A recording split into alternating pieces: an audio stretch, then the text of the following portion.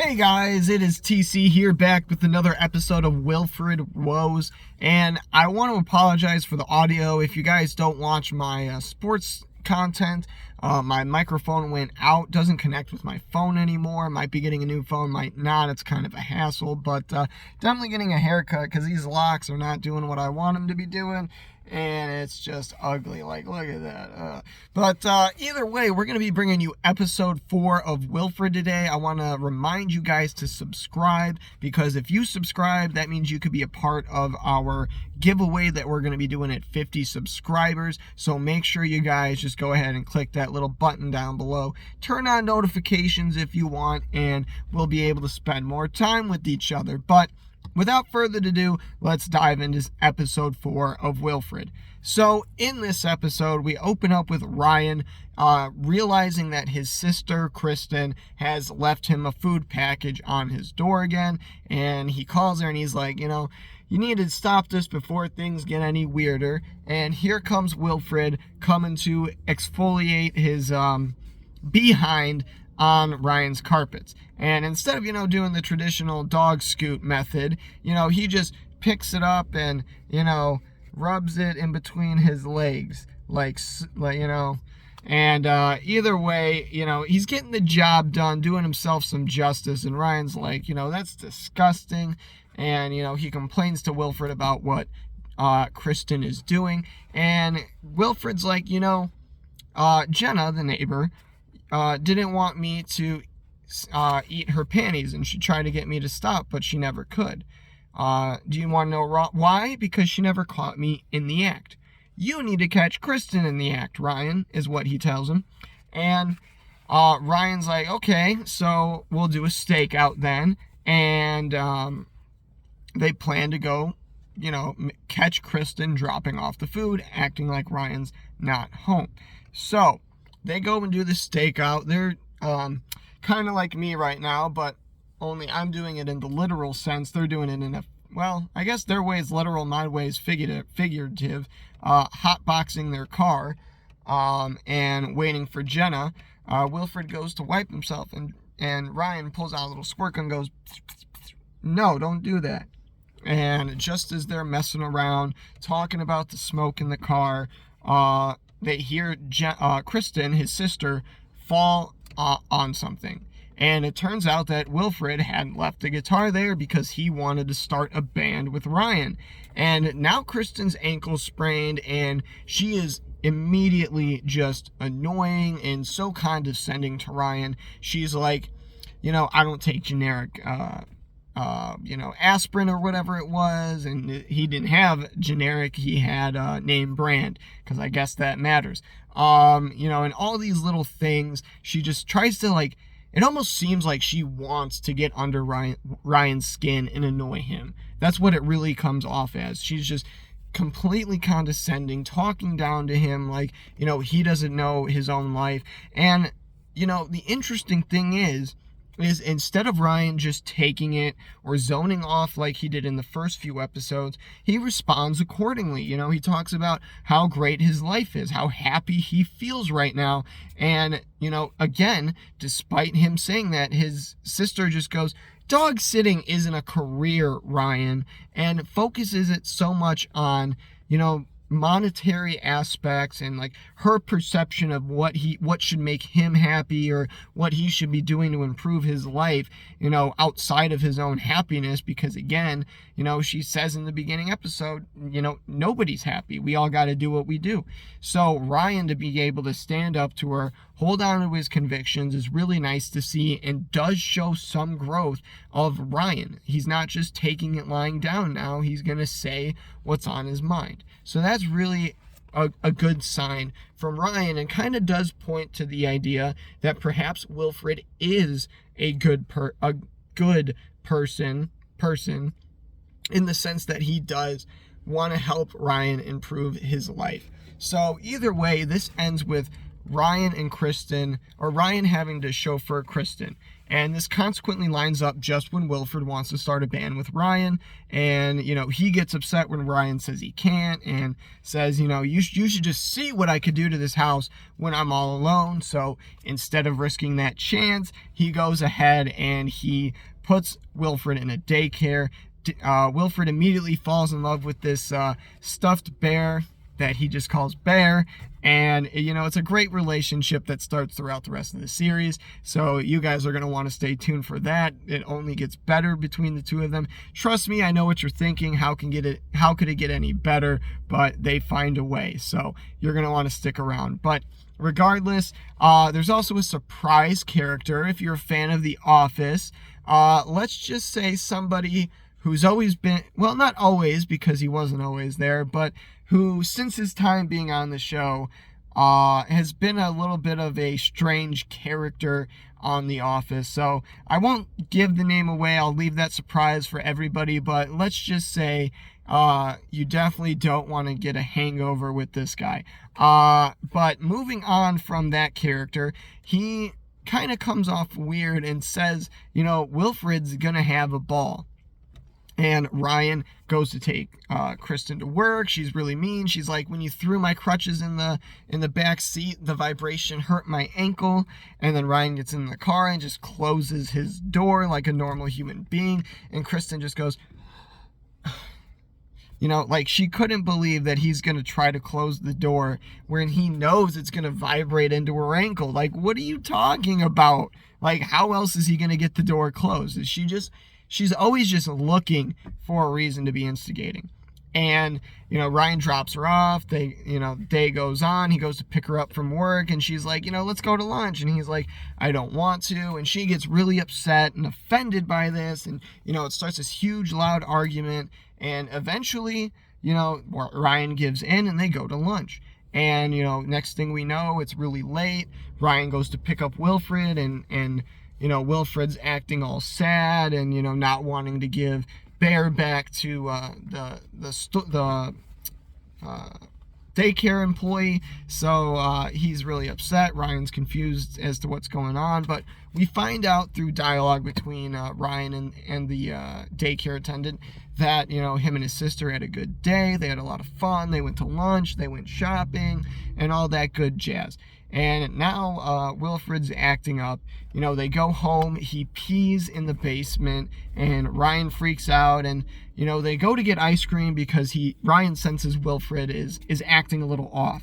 So they go to get ice cream, and Ryan goes, "Hey, it's peanut butter, your favorite."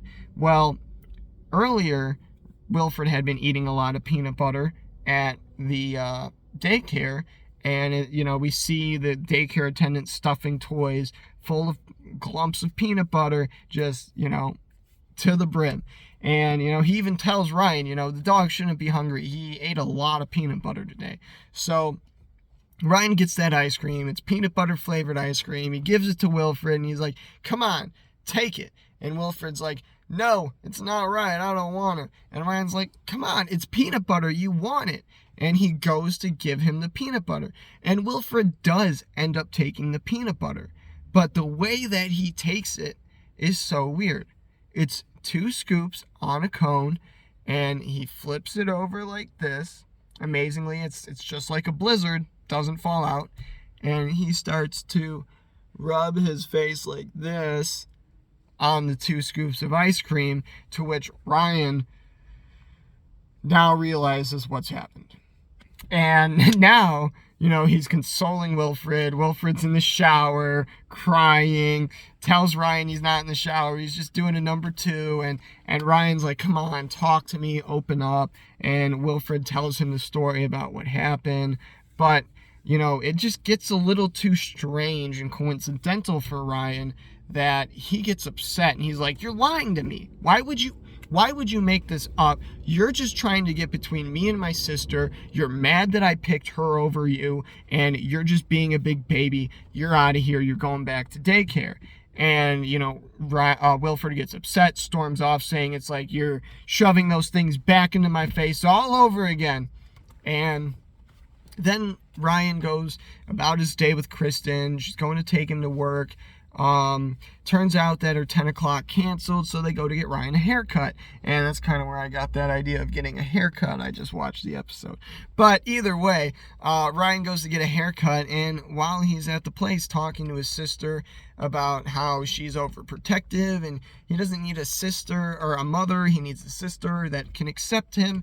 And Kristen's like, I don't know if I could do that. And Ryan's like, well, then I'll have to accept you for who you are. And they kind of have that nice moment together. But Ryan also hears this little girl say, hey, Dolly wants a haircut to her mom. And the mom replies, Dolly doesn't want anything. She's just a doll or something like that.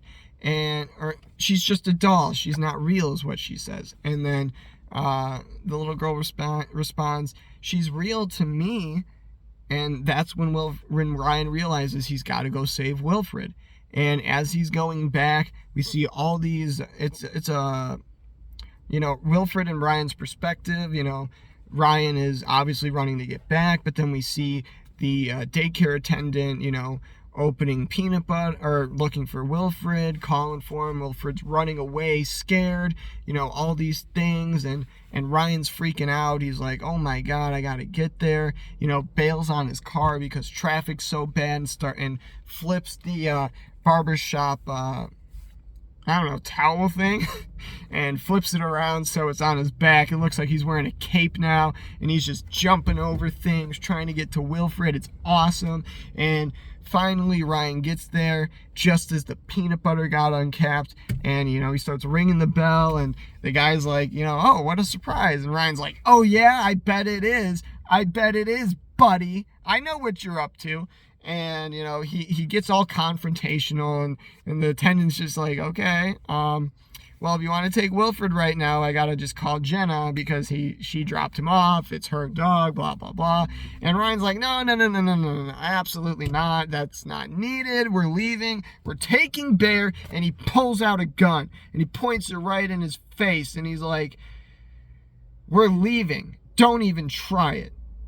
And then we find out it's a squirt gun, and he squirts him in the face a few times. But to Wilfred, that really showed that Ryan believes him, that Ryan is somebody that he could rely on when he needs help. And it really does benefit their relationship. Man, this hot box is really weighing on me right now. But, they become closer as a result of this situation. Ryan and Wilfred, obviously, there's a lot of question as to how the relationship exists, but at the same time, you want them to have a good relationship because it's a man and his dog, or his dog man thing. But, one of the things when I was looking at this was, is that peanut butter scene real? Because we saw when Ryan was driving, I don't know if it was a flashback per se, or just something he thought of in the moment of Wilfred, saying, no, don't leave me, and pounding on the glass. And for me, it's like, is that supposed to be kind of like his imagination? Like, is that what that was there to do? Kind of set the tone for, this is something that Ryan's more thinking in his head. It's not actually happening. And I kind of believe that is the case, because, where would Wilfred be going within a doggy daycare? Because those are typically just boxes with some crates for the dogs. I would know because I work at one. But beyond that, you see him walking in and out of things. They end up in an office space, and it's like, you definitely wouldn't let random dogs, walk around in a building, like that. You'd want to keep them in an area where they can't be chewing on things, choking, doing all that, troublesome business that dogs decide to get into. So I think that's something that was in his mind, and I think it's something that he built up as a reason to go save Wilfred. And I think that's another reason why a lot of people like to point to this series being something about mental illness, is there is a lot of stuff that points to the mind and, Ryan's thinking, and what are Ryan's thoughts and perspectives and dreams and all that kind of stuff.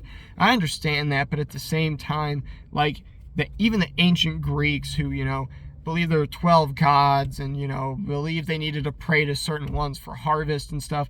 They had stuff like that too, where, dreams were a way that, spirits interacted with us, that, this part of our mind in multiple cultures is, an entryway to your soul, all those kinds of things exist. So while it's possible, definitely that it could be a mental illness claim, it could also be, a spiritual claim, or, anything else. I don't know. We'll get a little bit more into that as the series goes on, but I want to thank you guys for joining us for episode 4 of Wilfred Woes. There's a lot of stuff in the show that I'm sure you guys will like, but overall, I think you'll see the relationship with Ryan and Wilfred. It grows, but it's not a, I don't know what the term is. I'm not a genius. Straight line. It's kind of swiggle swaggle all the way through like a snake.